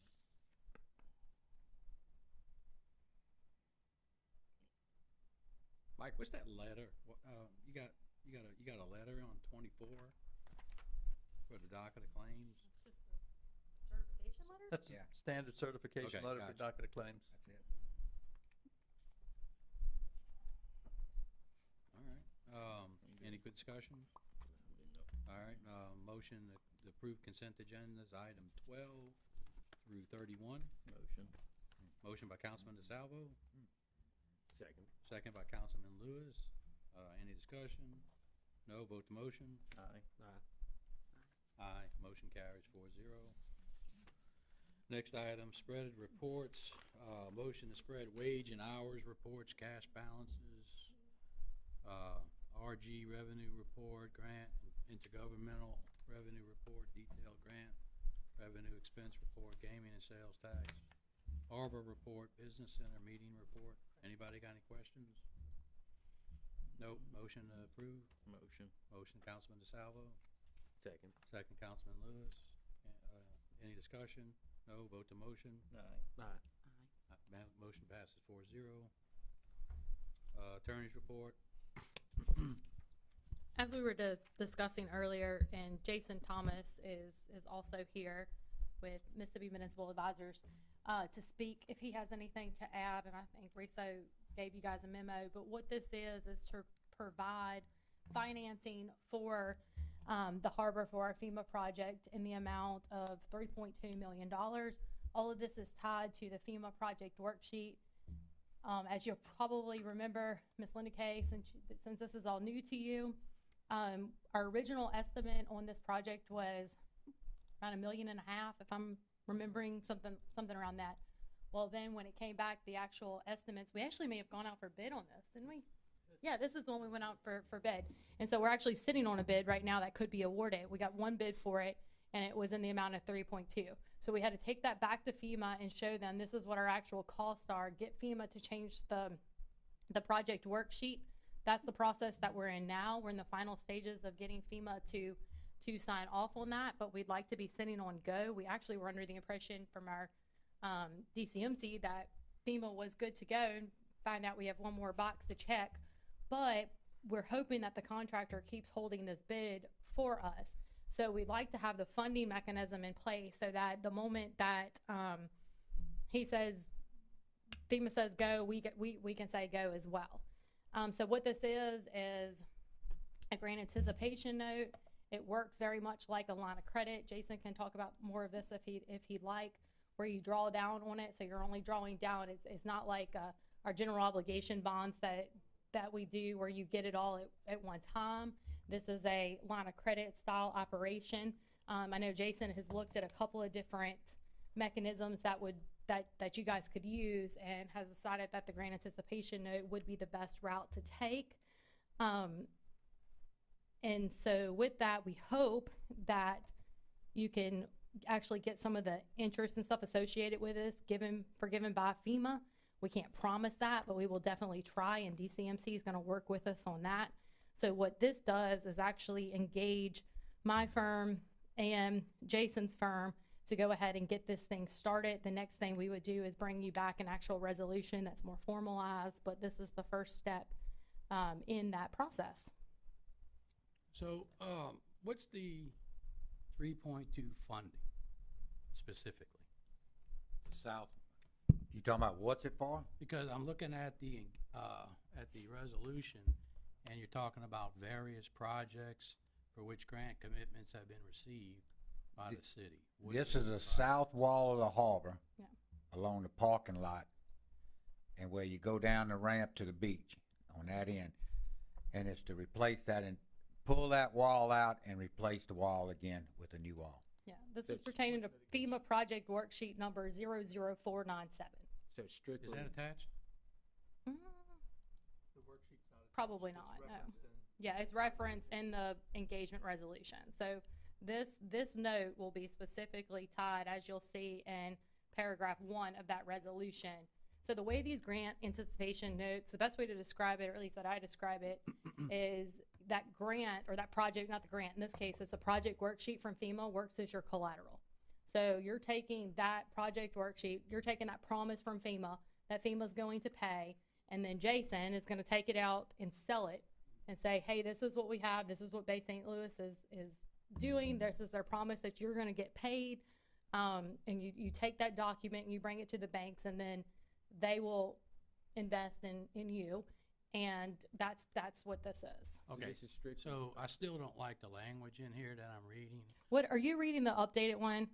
I'm reading the one that's on the thing.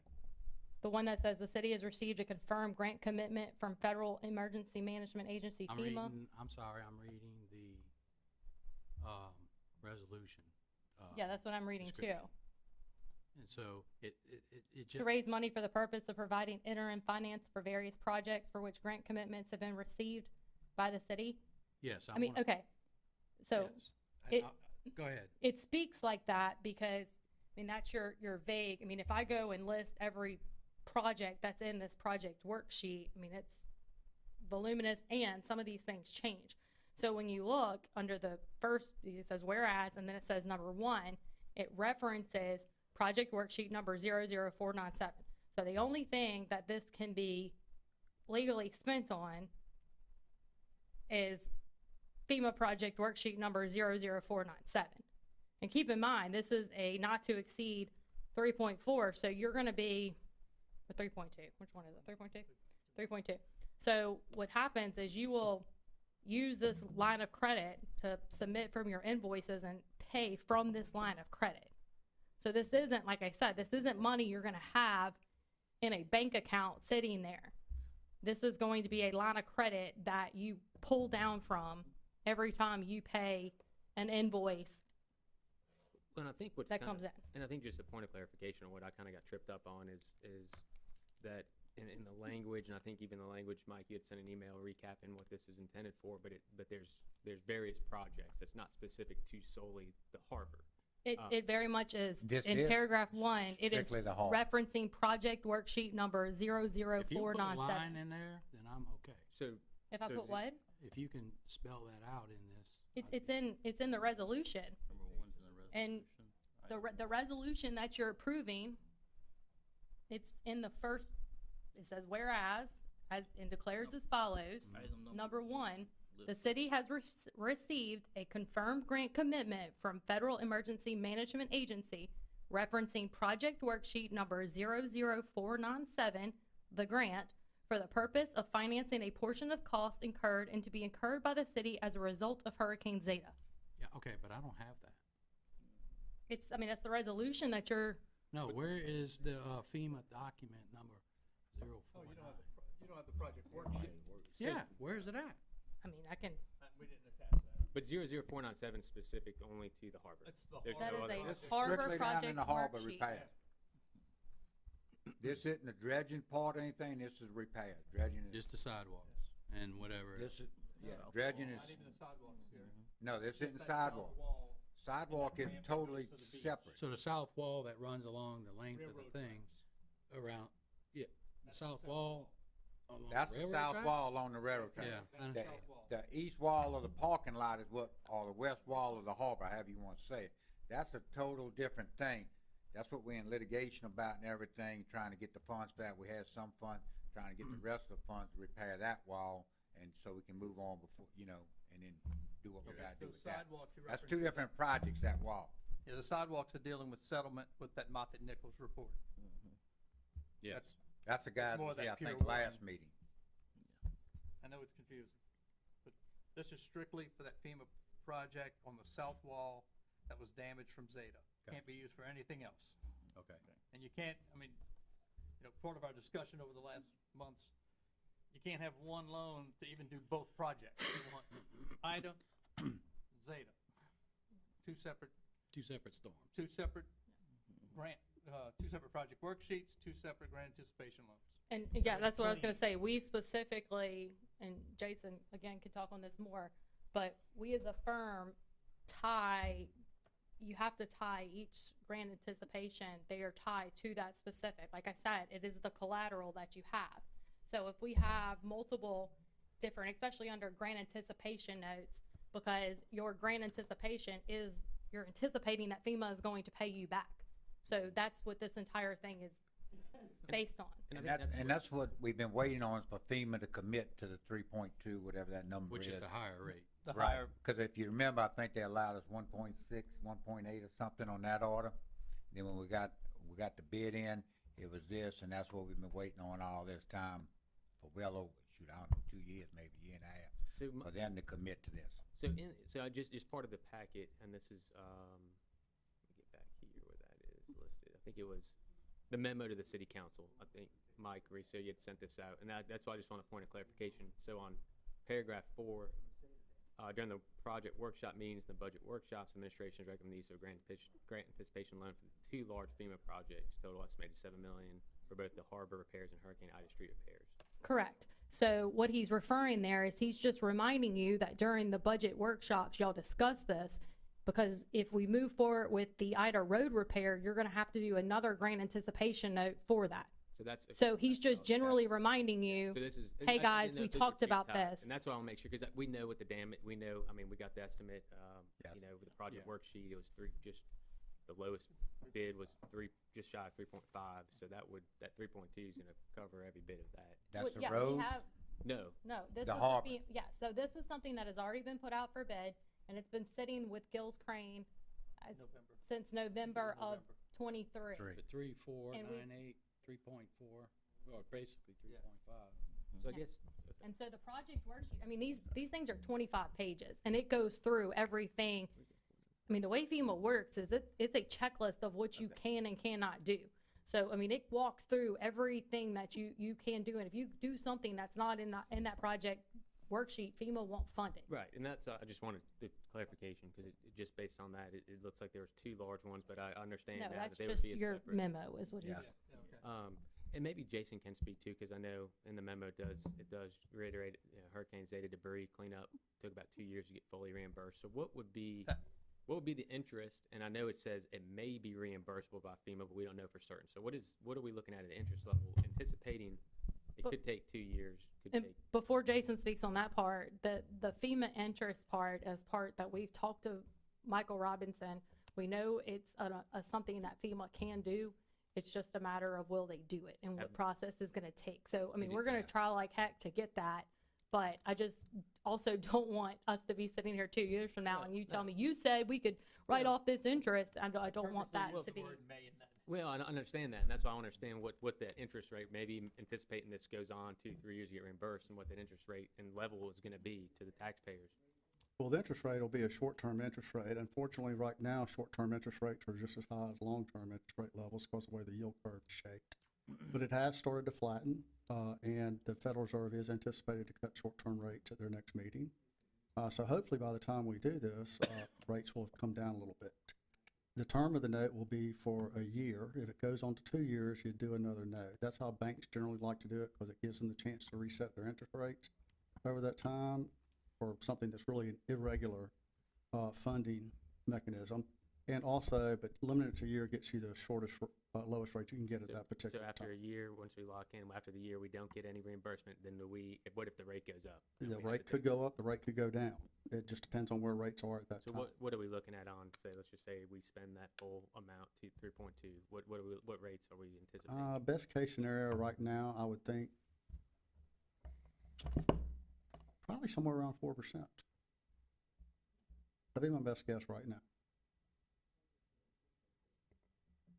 Now, we've done 20-year bonds lately that were right at 4.25, but once again, it's that yield curve that is short. So 4% on the max amount of the bond price. Yeah, and that's 128. something I can't guarantee. Ultimately, it's but- gonna be the banks and the bids we get in. And what'll be going into it for the banks is they're looking at their cost of funding, which have gone up as rates have been high because they're paying people more to hold their deposits. One thing to note that, as Heather was saying, you draw it down when you need it, when you have to pay invoices. One of the things that'll be in the documents is, the lender gets that, the lawyers get it, they look at it, they make sure that the cost is for an approved cost per that project worksheet, and that there's an invoice tied into it. So you get it, you pay that invoice, you pay interest on the outstanding principal only from the time it is drawn until either it's paid back or the note matures. If the funding comes at one time, then obviously that's when you're gonna pay it all back. If it comes in spurts, like occasionally has happened on some other type of federal grant notes I've worked on, then you pay down the principal at that time. One thing on these as well with FEMA projects, Congressman Ezell's office has been in contact, always there to help. Senator Hyde Smith's office has always reached out, Ms. Murtis and all. So hopefully moving forward, we have a better relationship with FEMA. If anybody, I don't know, but I think we have help trying to get our funds back a lot quicker than what it took for the other. That's no guarantee, but both of those two, and I'm sure we as well can reach out. But Congressman Ezell, I think he's on that board or something with FEMA and all for appropriations and all up there. So he does have an inside, holds on him. Yeah, it'd be good obviously, for many reasons, just not to have that drag on. I know there's no guarantees on when that gets reimbursed, but, I know historically, we're looking at a couple years that it has taken. That's correct. I've been doing this for 25 years, and it always takes longer than they say, and Yeah. 2 years is a good average. One thing I should note is this will be a taxable obligation. That means the interest that is paid on it, the bank that gets it has to pay federal income tax on it. That's because it's secured by a federal grant. That's just a feature of federal tax law. It will be exempt from Mississippi state income tax. Have we seen, I know it may be reimbursed, the interest with FEMA, but have we seen other projects that have, that have had that reimbursed? Well, that's a new thing that we found out about when we started looking at grant notes last year for some other clients. That has been done in Louisiana following their recent storms going back a couple of years.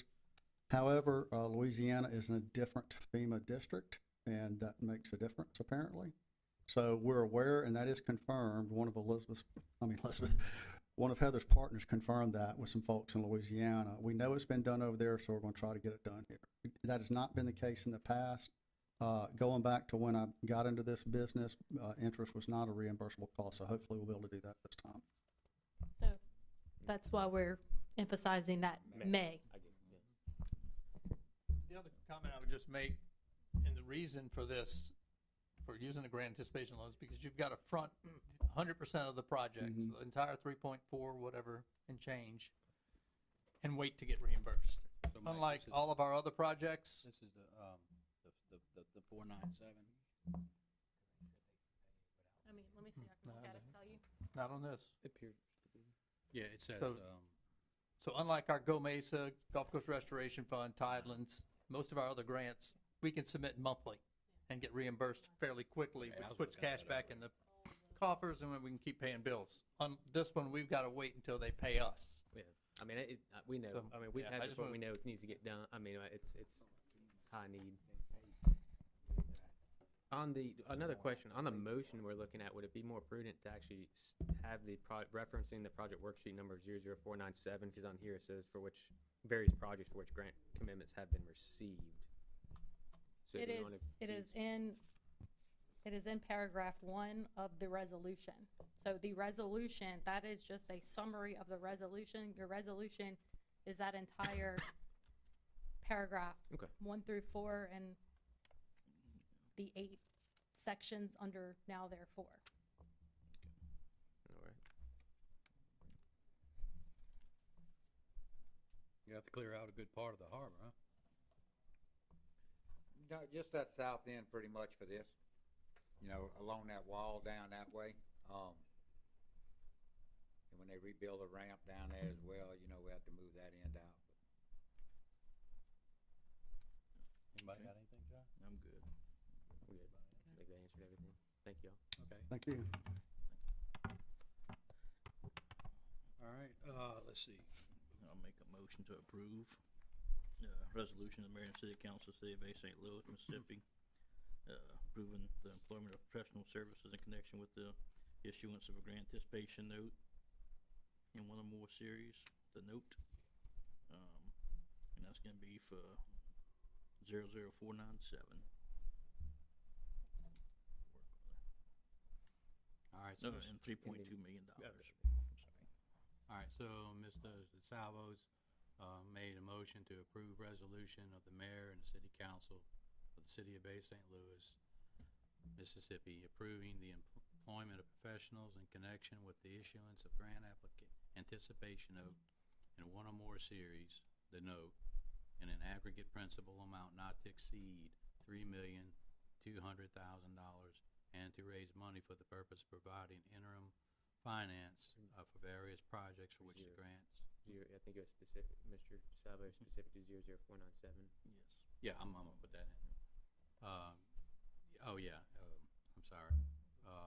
Projects for grant commitments received by the city paying the cost for the issuance of this related purpose. And that's for, I just set it down, 00497. Got a second? Second. Second by Councilman Lewis. Any discussion? Vote the motion? Aye. Aye. Aye. That's it? We gotta do all of them?